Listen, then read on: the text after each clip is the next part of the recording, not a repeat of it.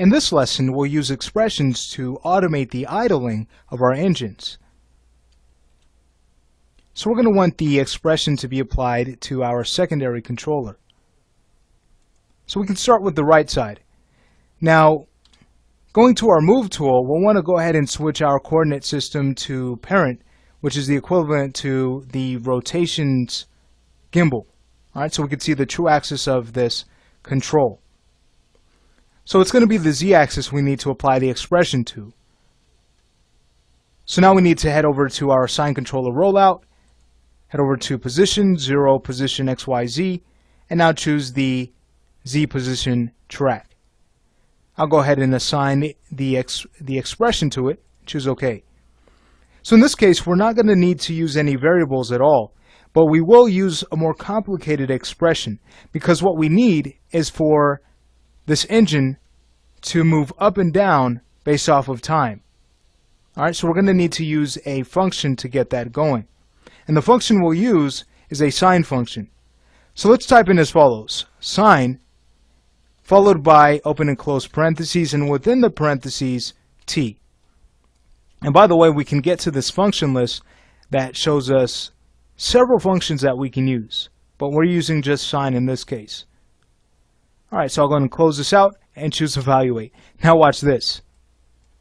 If we were to go ahead and hit play, that engine is just going to shake. Looks like it's breaking down, and that's exactly what we want. No, not quite. So let's go ahead and fix this up. So now what we want to do is decrease the shaking that we're getting. So what we could do is within the parentheses, just divide the t, or ticks, by a large number, let's say 30. So now if we were to go ahead and evaluate this, notice now we get much less shaking. But I think the magnitude can be improved here. I think we can have the engine move up and down a little bit more.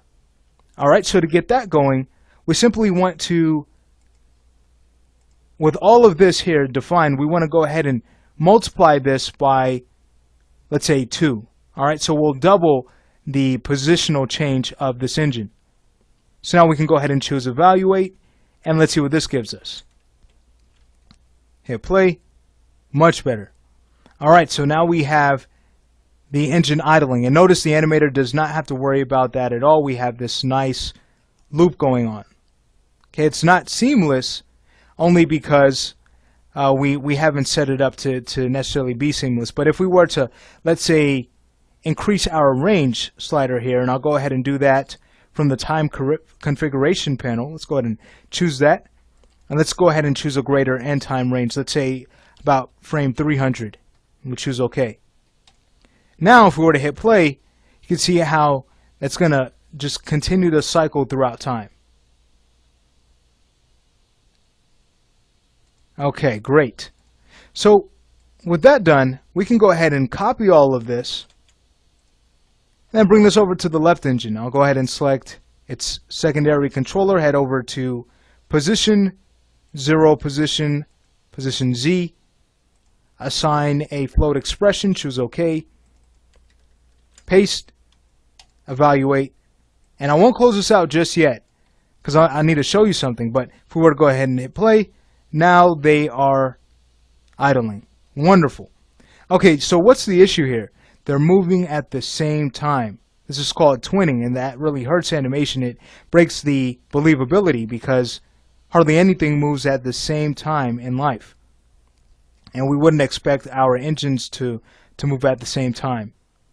So in this case, what we want to do is add a slight variation to this expression. Let's say dividing this by 33. Alright, so it's a little bit different from the other.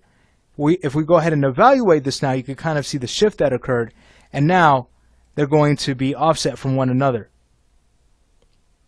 leading to something that's more believable. Alright, great. So just to show you the progress here, watch this. If we were to select our engine control and just rotate this, I'll just quickly rotate that and hit play. Notice we're still going to be able to have the motion of the idle automated. So this is great. Alright, while still being able to animate on top of all that's going on here. Alright, so I'll go ahead and choose our engine controller, Alt right click, transform to 0. We don't want to freeze the transforms because then it's going to stay at that same spot. So be careful of that. But I'll go ahead and just choose transform to 0 to bring that back. Great.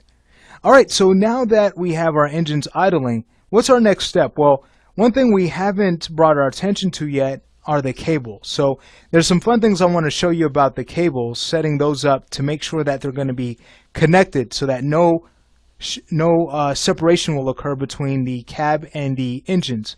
So again, that's going to be a really exciting topic, and we're ready to start that process in the next lesson.